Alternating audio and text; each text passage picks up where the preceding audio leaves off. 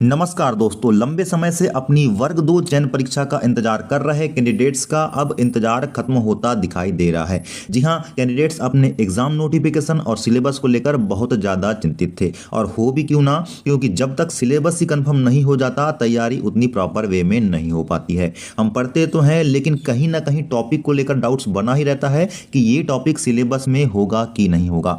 तो आज आपके तमाम डाउट्स, चाहे वो एग्जाम नोटिफिकेशन कब तक आएगा को लेकर हों या सिलेबस को लेकर हो या चयन परीक्षा कब तक होने वाली है को लेकर हो, इन सभी डाउट्स को इस वीडियो में क्लियर करेंगे। लेकिन इसके पहले अगर आपने अब तक चैनल सब्सक्राइब नहीं किया है तो चैनल को जरूर सब्सक्राइब कर लें दोस्तों, और बेल आइकन को भी जरूर दबा दें ताकि आपको पल पल की अपडेट मिलती रहे। तो चलिए करते हैं वीडियो की शुरुआत और बात करते हैं आपकी चयन परीक्षा की। दोस्तों, आपको बता दूं कि व्यापम ने पिछले कई महीनों से कुछ अपडेट नहीं दी थी और किसी भी प्रकार का भर्ती कैलेंडर उसने जारी नहीं किया था। लेकिन आपको पता ही है कि कुछ महीनों पहले उसके द्वारा एक कैलेंडर जारी कर दिया गया था जिसमें टेंटेटिव डेट दे दी गई थी, मतलब संभावित तिथि भर्ती परीक्षाओं की दे दी गई थी। और इसके बाद व्यापम का पहला अपडेट आया, आप तीसरे नंबर पर देख सकते हैं, एएनएम ट्रेनिंग सिलेक्शन टेस्ट को लेकर के। और यह टेस्ट आपका 28 से 29 अगस्त के बीच होने वाला है।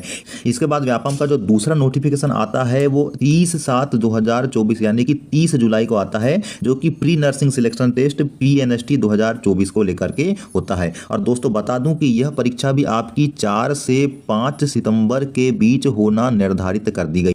ये दोनों भर्ती परीक्षाएं तो दोस्तों आपके सिलेक्शन टेस्ट को लेकर के थी, लेकिन व्यापम के द्वारा ESB के द्वारा एक और नई अपडेट दे दी गई है जो कि कुछ दिन पहले 2 अगस्त को ही दी गई।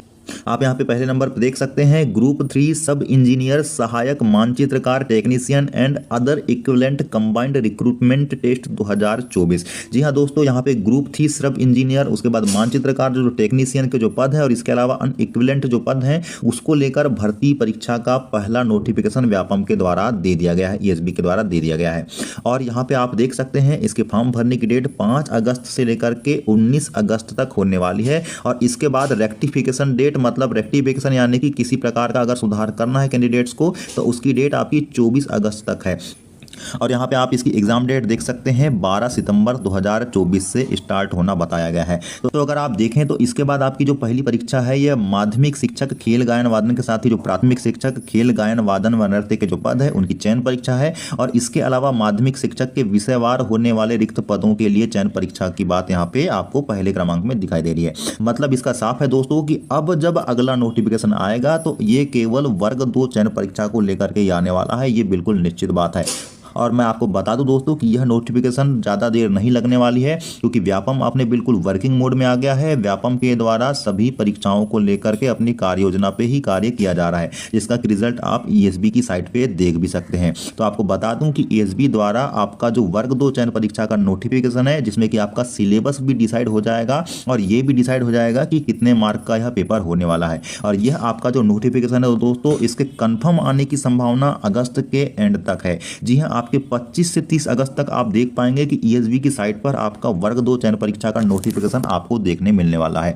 अब जहां तक बात करें यहाँ पर इसके पहले जो नोटिफिकेशन जारी किए गए थे उसके आधार पर आपकी परीक्षा कब तक हो सकती है, तो आप यहाँ पे ग्रुप 3 सब इंजीनियर सहायक मानचित्रकार के पद को ही अगर देखें तो इसकी एडवर्टाइजमेंट डेट आपकी 2 अगस्त थी और 5 अगस्त से, मतलब लगभग आपके 3 दिन बाद ही आपके फॉर्म इसके भरा लिए गए थे। और 5 से लेकर के 19 तक, मतलब लगभग मान लीजिए कि 15 दिन तक आपके इसके फॉर्म भरने की डेट दी गई है।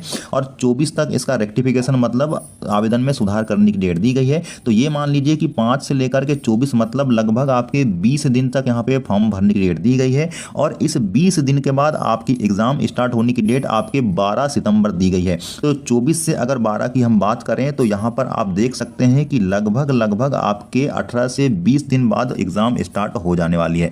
आप यहां पे pre nursing selection test PNST के संबंध में देख सकते हैं, तो इसमें भी इसी प्रकार का अंतराल यहां पे दिया हुआ है। मतलब एडवर्टाइजमेंट जारी होने की डेट के बाद आपके 2 से 3 दिन बाद फॉर्म सबमिट हो जाते हैं, फॉर्म भरने की डेट चालू हो जाती है। और यह फॉर्म लगभग आपके 20 दिन तक भरे जाते हैं और लगभग उसी के 20 दिन बाद आपकी परीक्षा स्टार्ट हो जाती है। तो अब यहाँ पे आप देखेंगे कि 20 और 20 यानी कि लगभग 40 दिन, और आपके एडवर्टाइजमेंट आने के 2 या 3 दिन बाद फॉर्म स्टार्ट हो जाते हैं, तो उसके लगभग आप 3 से 4 दिन लेकर के चलें तो लगभग आपके 45 दिन होते हैं दोस्तों।